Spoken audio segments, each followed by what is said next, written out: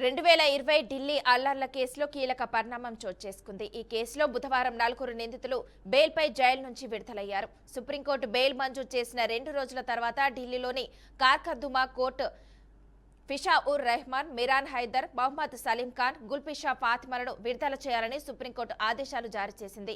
ఈ నేపథ్యంలో గుల్పిషా ఫాతిమా, ఫిషా-ఉర్ రెహమాన్, మిరాన్ హైదర్లను తిహార్ జైలు నుంచి విడుదల కాగా మహమ్మద్ సలీం ఖాన్ను మండోలి జైలు నుంచి విడుదల చేశారు.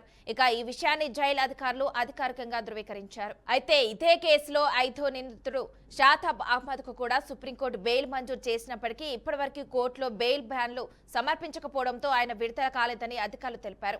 మరోవైపు ఈ కేసులో కీలక నిందితులుగా ఉన్న ఉమర్ ఖాలిద్, షర్చిల్ ఇమాంలను మాత్రం సుప్రీంకోర్టు బెయిల్ను నిరాకరించింది.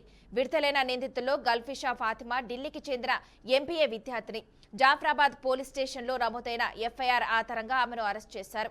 ఈశాన్య ఢిల్లీలో జరిగిన అల్లర్లకు కుట్ర పన్నినట్లు ఆరోపణలతో పాటు యూపీఏఏ వంటి కఠిన చట్టాల కింద కేసులు నమోదు చేసి అరెస్ట్ చేసిన 18 మందిలో ఆమె కూడా ఉన్నారు. గుల్ఫిషా ఫాతిమా 2020 ఏప్రిల్ 9 నుంచి దాదాపు 5.5 ఏళ్లకు పైగా జైల్లోనే ఉన్నారు.